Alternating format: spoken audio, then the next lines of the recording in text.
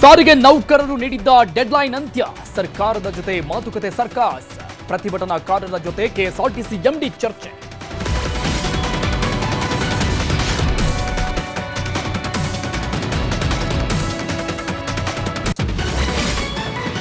ಲ್ಯಾಬ್ಗಳಿಗೆ ಹಣ ನೀಡದ ಸರ್ಕಾರ, ಸರ್ಕಾರಿ ಆಸ್ಪತ್ರೆಯಲ್ಲಿ ಸಿಟಿ ಸ್ಕ್ಯಾನ್ ಸೇವೆ ಸ್ಥಗಿತ, ಜಿಲ್ಲಾಸ್ಪತ್ರೆಗಳಲ್ಲಿ ರೋಗಿಗಳ ಪರದಾಟ.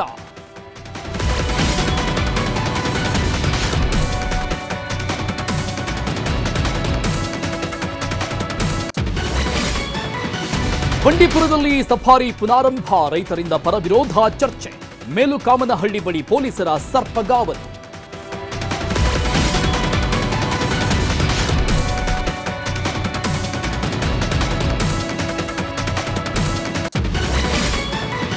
ಹುಬ್ಬಳ್ಳಿಯಲ್ಲಿ ಹೆಚ್ಚಾದ ಬೀದಿ ಕಾಮಣ್ಣರ ಹಾವಳಿ, ರಸ್ತೆಯಲ್ಲಿ ಹೋಗ್ತಿದ್ದ ಯುವತಿಯರಿಗೆ ಫ್ಲೈಯಿಂಗ್ ಕಿಸ್, ಪೊಲೀಸರಿಂದ ಇಬ್ಬರ ಬಂಧನ.